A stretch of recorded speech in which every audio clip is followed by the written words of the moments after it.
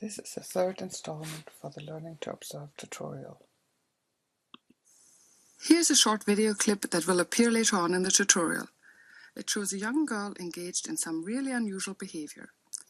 For now, I want you to look at the clip and think about the word choreography. Ask yourself what would be needed to recreate exactly the kinds of things she is doing.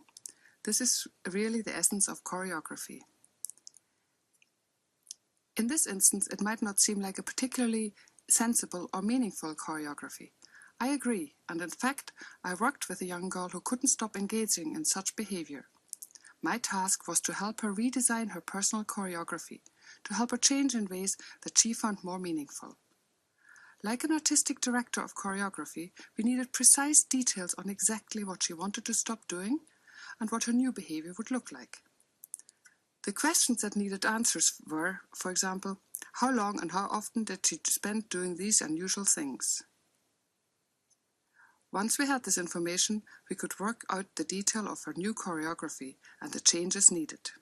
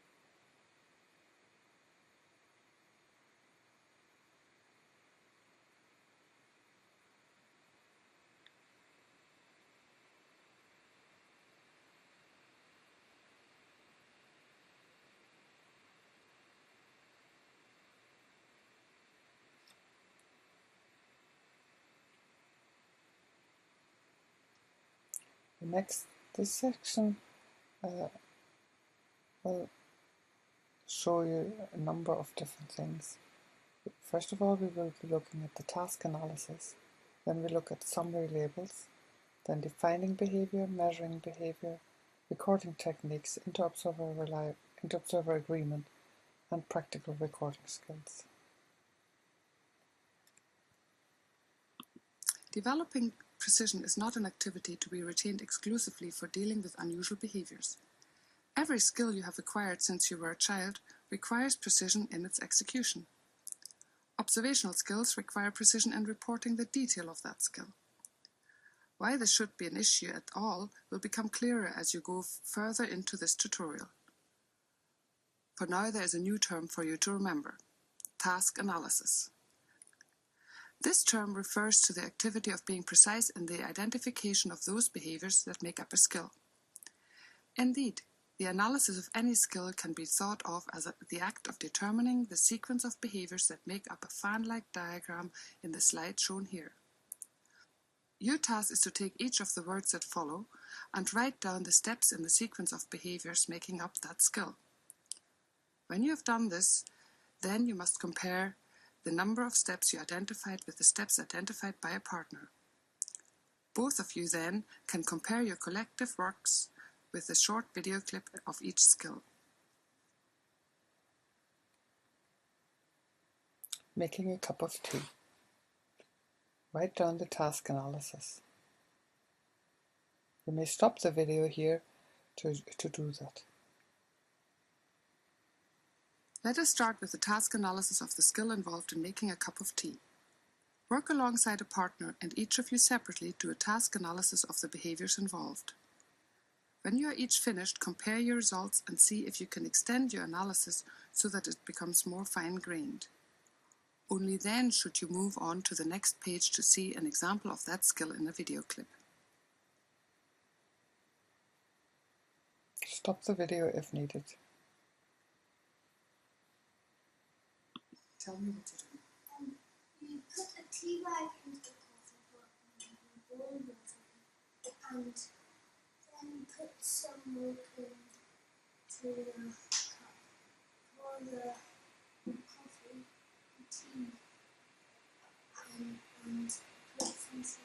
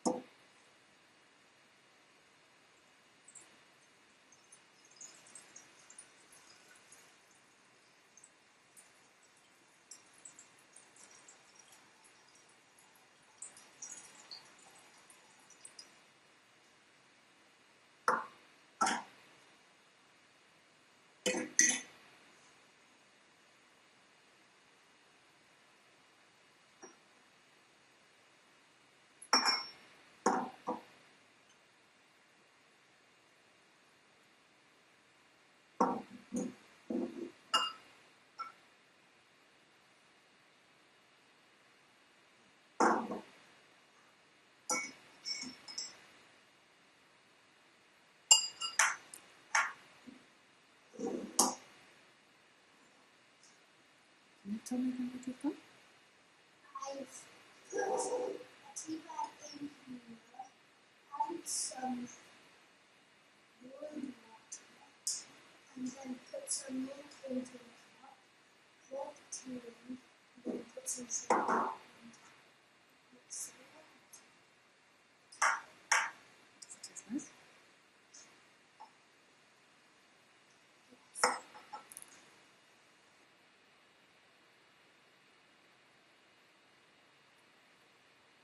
Do the same again with the skill of washing dishes.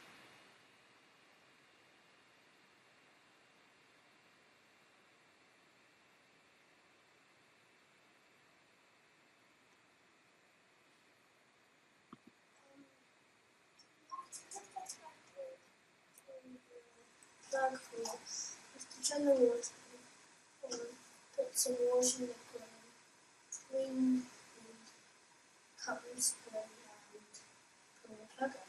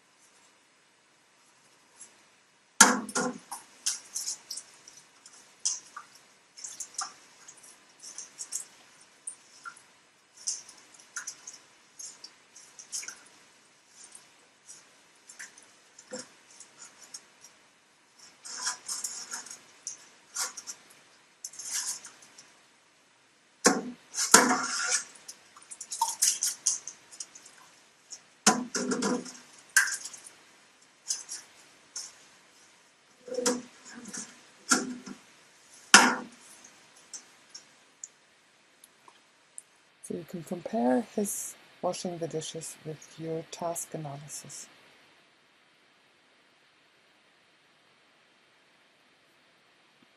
Do the same again with the skill of bathing a baby. When you finish this exercise, take a look at an example of how a task analysis has been used in a research article from the Journal of Applied Behavior Analysis. This article demonstrates the relevance of task analysis to general issues in the measurement of behavior. In terms of choreography, this article shows how the percentage of steps correctly completed in a task analysis is used as a measurement of skill development. While you're writing the task analysis of bathing the baby, you may want to stop the video here. Here's an example of a child bathing a toy baby.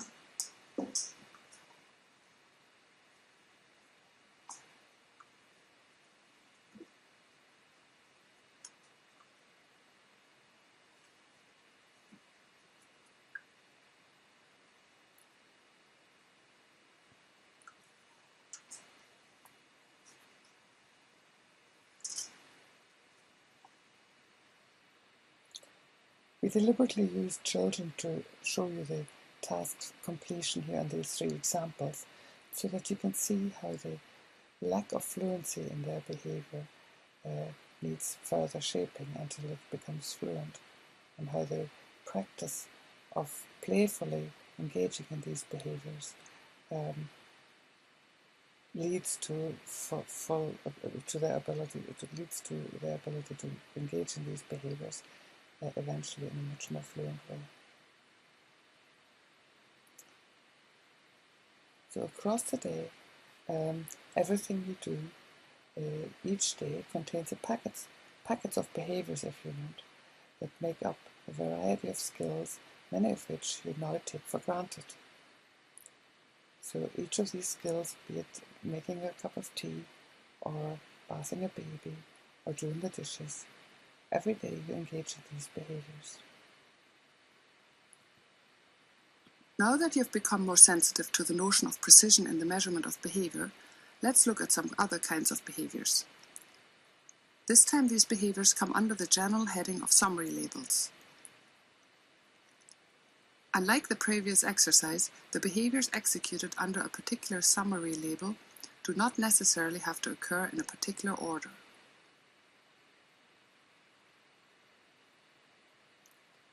For instance, the summary label of untidy is a constellation of behaviours across time that would be fitting under the summary label. Make a list of those behaviours and compare the list with the list a friend made.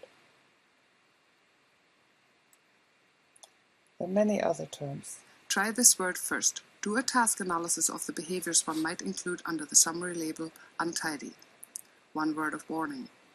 There is a hidden complication with all the words in this exercise. You may have to consult with your teacher to pull apart the issues involved here.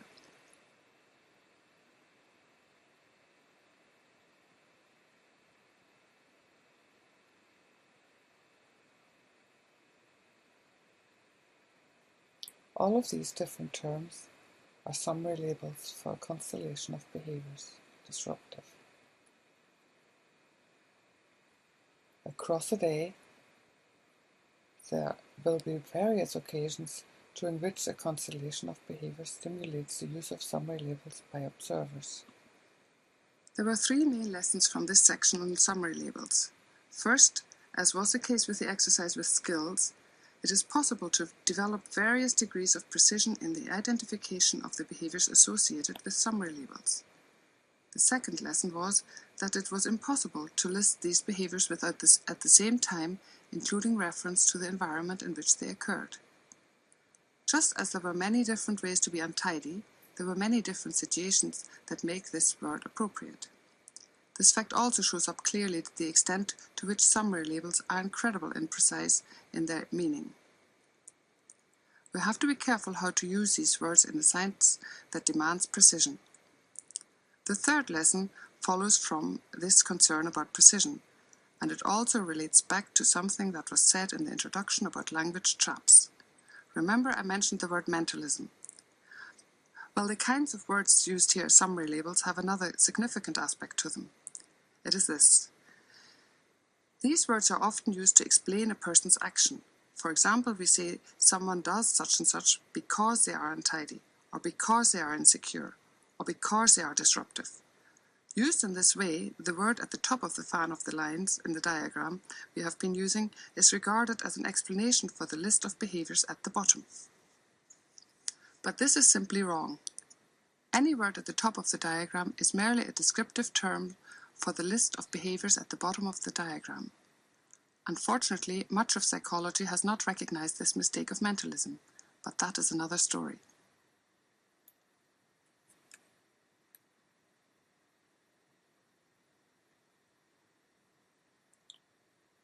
We will hear the next section in the next section of this tutorial.